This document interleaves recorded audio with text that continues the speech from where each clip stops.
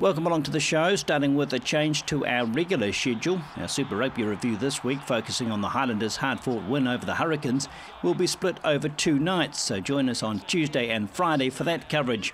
In the meantime, Q Sports caught up with the Highlanders CEO Roger Clark recently for an update on the franchise's state of health, his views on the upcoming changes to the competition, and more information on the intra-season game in Invercargill. All right, we're having a chat with you to see how things are on the general front and behind the scenes. How have the crowds been this year? Yeah, no, look, the crowds have been a little bit down on last year, but they're up on budget at the moment, which is good. And yeah, no, look, the team playing well definitely helps. Got a couple of big games to get the Crusaders coming here. Those sort of matchups help, don't they? Yeah, look, our sales for the Crusaders game are already exceptional. I think we're up to about 12,000 already at this stage with 3 weeks to go. So, you know, we're looking forward to a big crowd there, and it's always a good occasion with, you know, so many Cantabs coming up for a weekend in Dunedin. Let's not rule out semi-final action. Yeah, look, I think Jamie put it really well the other day when he said that this team's not a team that can be thinking about that, and in the second half today showed that. You know, I think we got ahead of ourselves and started thinking about 5 points instead of thinking about winning a game, and so if we're there for the playoffs, that's great. And at the moment we're in contention, but at the end of the day we've got to take every game as it comes. Just commercially, if you play away from home in a knockout match, do you get a piece of the pie? Yeah, you do, and yeah, obviously it all helps, but as I said to you, we're not worried about it at the moment. I mean, we've got some really tough games coming up, and you know, looking at this afternoon, we need to freshen them up and get a few guys out of the hospital wards and getting them back on the field, and hopefully we'll be competitive as we have been so far in the comp in the last few weeks of the comp. And when we head into that break, we've got an important match in Invercargill now to help with the preparations coming back after those weeks off. Yeah, look, when you have 3 weeks off, it's important to get the fan interest back up, because obviously we have our first game at home against the Chiefs, but then also the players have got to play, and at this time of the year, you know, we've made no secret that we're trying to sign Jamie again, and hopefully we'll be able to make some sort of announcement on that pretty soon.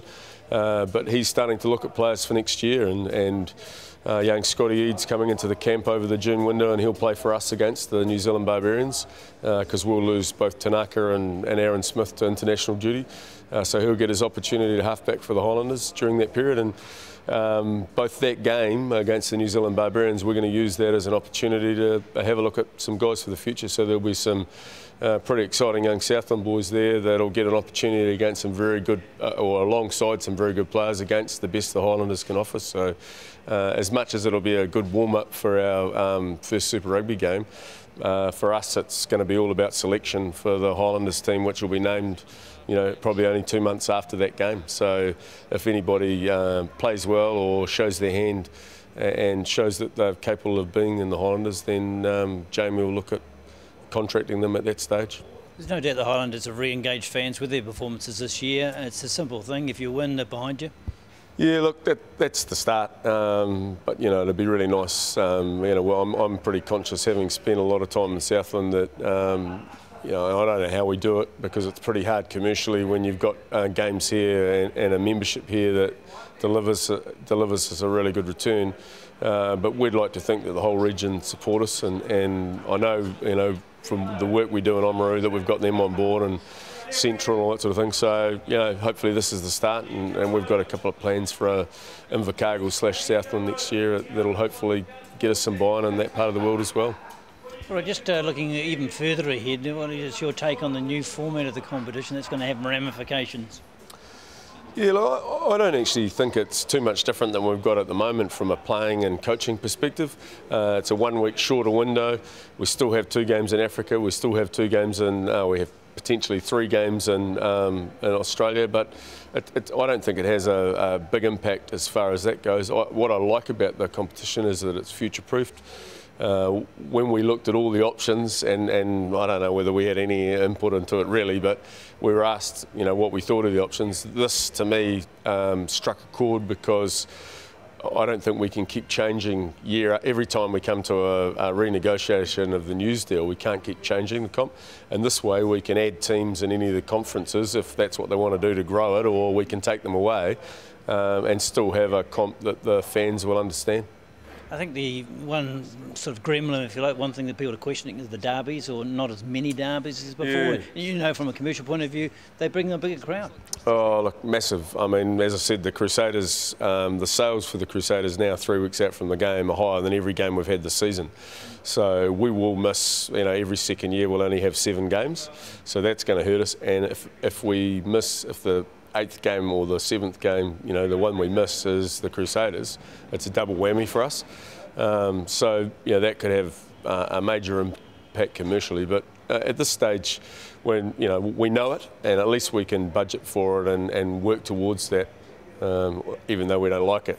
But from a player and coach perspective, as you'll see from the next couple of weeks, they'll beat each other up, and you're going to get injuries. And for whatever reason, mate against mate, just there's a little bit of an edge to it, and physically it's just a little bit tougher. And that new competition will be quite demanding, a lot more travel, wider spread travel, and a mystery team from somewhere. Yeah, exactly. The south of Spain would be quite nice to carry the bags for the boys if that's where it came from. But look, it's only the travel 1 year is the same as we're doing now. We're only 2 weeks in Africa and the 3 games. Australia's not a bad place to play. Not tough on the guys to travel, and they're used to that. And every second year you'll have to play either the team from Argentina or the other team, wherever that might be. But it sounds like it's going to be, somewhere either in the Asian-ish. Yeah, well that's right. Yeah. When is that all going to be settled? Are we talking 6 months out? Are we going to know shortly? Yeah, look, I think we're going to know pretty shortly the actual competition. I don't know what the time frame is for the additional team. All right, just finally, things here behind the scenes financially. Are we on a reasonably strong footing now, the Highlanders? Well, look, it's still a struggle. I mean, last year for us, both on and off the field, was really hard. This year is just the opposite. Team's going well and we're going well financially. But it's still hard work, and we're going through a licensing process at the moment, which will be interesting because, like if you're a straight businessman, this is not a business you'd buy. So the types I'm involved with. Yeah, but that's sport. There's not too many sports businesses that are making good money, but it's something that people have to consider. And at the end of the day, the most critical thing for us is to do the best we can both on and off the field, and at the moment we're heading along pretty positively. Well, a rich Russian who likes rugby as a hobby, that's what we're after, isn't it? Yeah, something like that, yeah. So reminding you of those details for the Highlanders versus New Zealand Barbarians match on Friday the 20th of June, kick-off at 6:30 p.m. Tickets are just $20 for adults, $10 for secondary school students, with free entry to children 12 and under. Those tickets are available this Friday, May the 23rd, from all Ticket Direct outlets, including Q Television in Don Street.